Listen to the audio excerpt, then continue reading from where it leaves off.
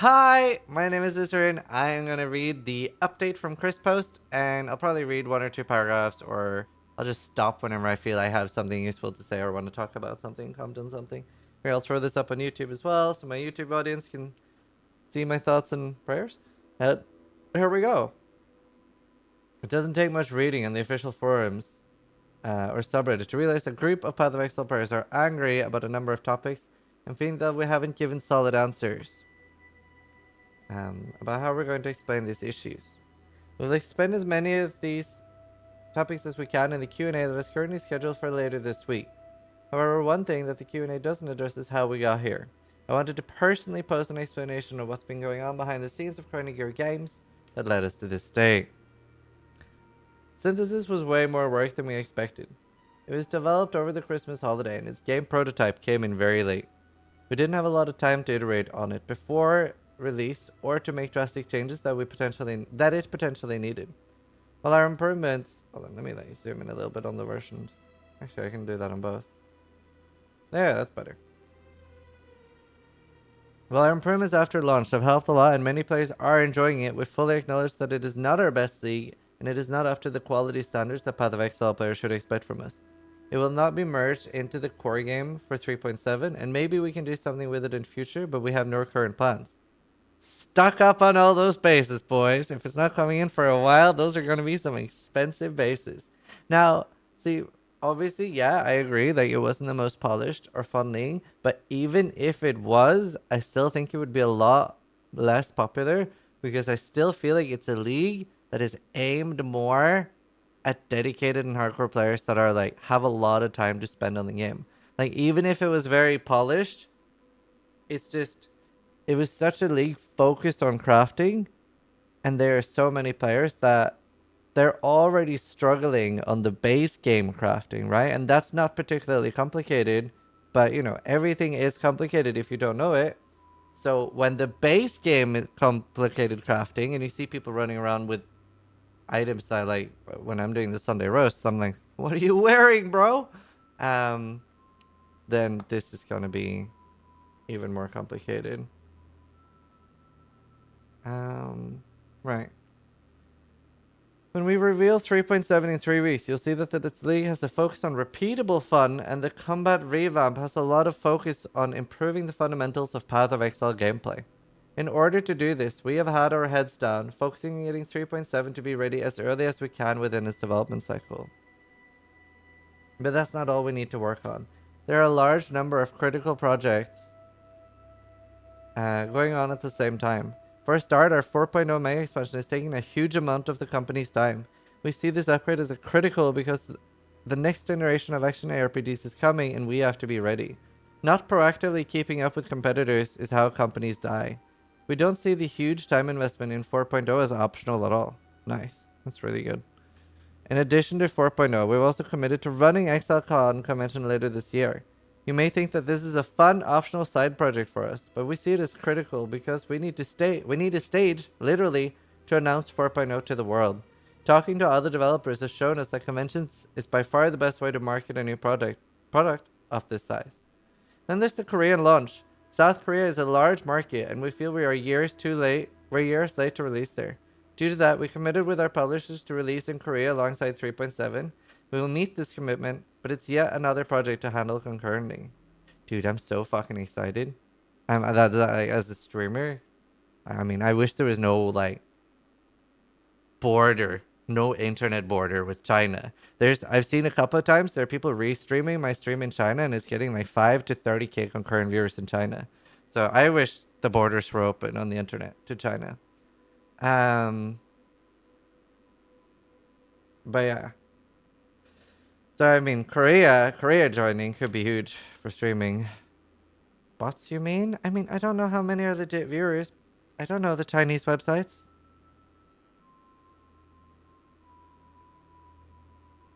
Sue them? How would I sue a Chinese company? Anyway, doesn't matter. Doesn't matter. Then there's the various issues with Path of Exile on the console platforms, which feel bad about, because we have made promises that we haven't yet fulfilled. After the Xbox launch, all of our console resources went into preparing the PS4 release, which meant we didn't spend enough time supporting the feature requests from the Xbox community. Now that the PS4 versions have launched, we need to make headway on console features. All of these areas from 3.7 through to the eventual release of 4.0 are going to make massive and lasting fundamental improvements to PoE. We have been making great headway and are incredibly excited to show this work when it's ready. However, this is all come at a cost. 5x, all I can offer. While we have released many patches during the 3.6 cycle to address community concern, the significant internal development focus on the long term of PoE has meant that we have chosen not to prioritize things like completely overhauling synthesis or creating an entirely new type of 1-month race. Every week there are feedback threads about many different topics. The community generally do a great job of constructively presenting reasons for preventing various changes, and we appreciate that. Wah! That's the community usually, by the way.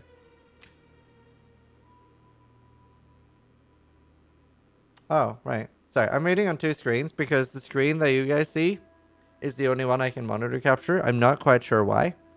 I'm honestly not. I've looked into it a bit, but the one I'm reading on now just doesn't want to monitor capture. I'm not sure why. It just broke one day. Hasn't come back.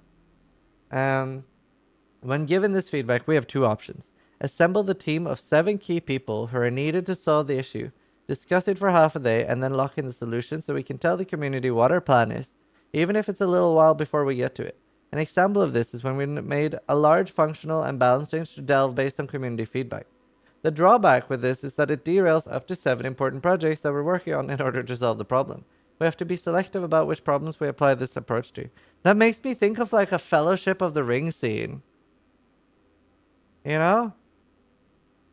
Like, I imagine it's like Chris, Jonathan, Neon. I don't know who else is there. But, like, you know, I imagine they, like, come in and then Neon is like, and my axe! You know, like, Chris is like, right, Delve has some important issues. Who is with me? Fellowship of the GGG Ring? Yeah. I mean, Neon is like my favorite GGGer. I'm Team Neon. He made the Shaper fight. He made Uber Elder. He does all the boss fights. I think he also made Rigwald, but nobody's perfect. The second option is to read and consider the feedback and specifically decide to deal with it later. This doesn't mean it's not going to get done. It just means we are prioritizing the existing release we're currently working on. An example is the map slash tabs in standard version, where we waited a whole league before we solved it. If we had to put time into this solution earlier, synthesis would have made it even worse, but we decided to let the 3 people that play standard suffer through it.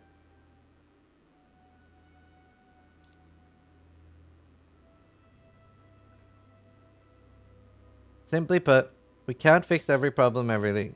There are going to be problems that we can't address quickly. We'll get to them as soon as we can. A big topic in the gaming industry recently is development crunch. Some studios make their team work 14 hours a day to pack every patch full of the most fixes and improvements possible.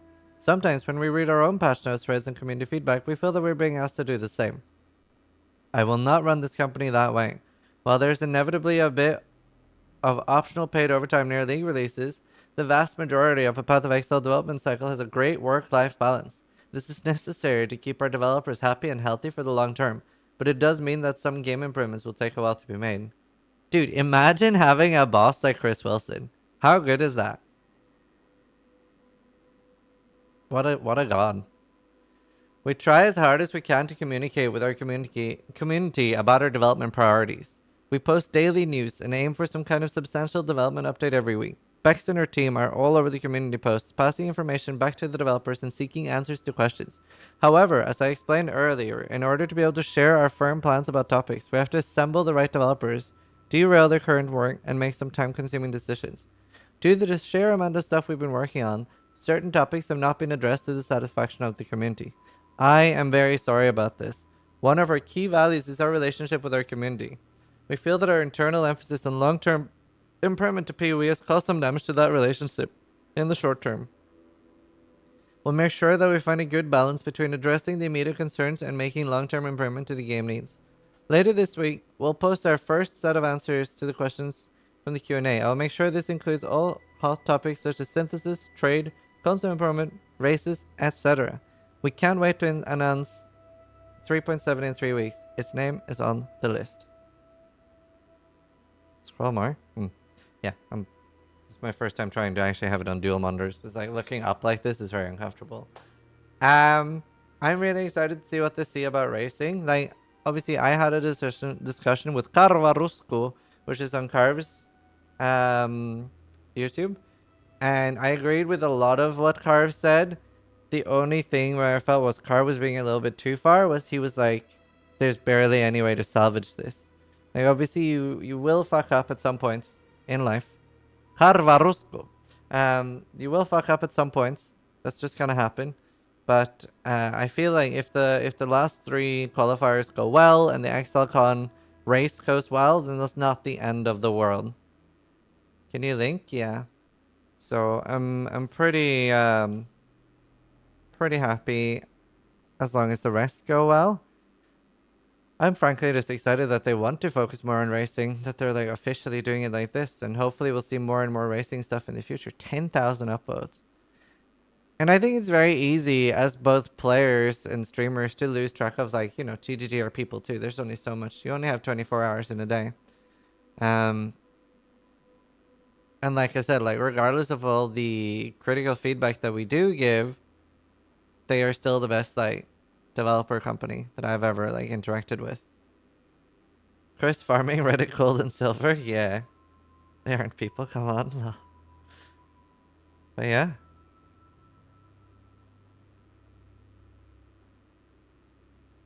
But why flashback? I mean, they probably... It's easy for us to remember, right? The vocal community that we're talking to. Like, the people we're talking to that are like, ooh, Mayhem is so great and Turmoil was so shit and Flashback isn't that great.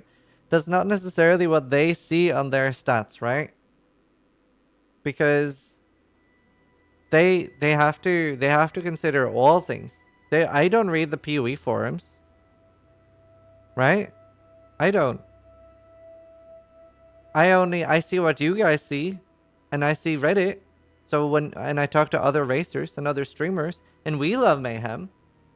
But you gotta remember, say I'm just grabbing numbers out of my ass right now, but say that like Mayhem is like super praised on Reddit, right? And by streamers and by other communities. But say Mayhem has 15,000 players, right? But then maybe Flashback had 23,000 or 27,000 players, right? You gotta remember, they have all the info. They look at all of it. And the people who don't talk a lot, they're still important, especially from their point of view. And they also see on what's selling, right? Are they selling a shit ton of stash tabs in Mayhem? Probably not. It's a void league, right? You don't need to like hoard all your shit. And I don't necessarily agree with the decision that it can't be non-voided. But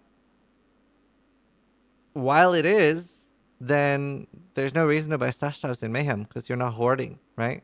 So I can see while Mayhem is not a great choice for them, and Turmoil, well, Turmoil's sort of like the between the flashback and the Mayhem League. So, did you see the post where it talked about URF? That sounds like a political thing. What's URF? Isn't there a political thing called UVF? I don't know. I don't know what that is. Hey, let's assume I'm playing a Heavy Strike Chieftain. Will I enjoy Mayhem? Probably not. Casuals don't play nice builds like Ali Winter Orb. Yeah, exactly. The shitty comparison to League of Legends came out. Oh, right. But yeah, so you gotta remember, while a lot of us are vocal, and I use my platform to say exactly what I think, that's not necessarily what especially casual players feel. So something like a flashback, while it's not like an insane thing like Mayhem, 20 exiles. If you're a new player, that is gonna like shit all over you, right? It is going absolutely shit all over you. So I don't know what contentious mean LCTR. Like, I have so many people every time we play Mayhem, and I'll explain what Mayhem is for those of you who don't know.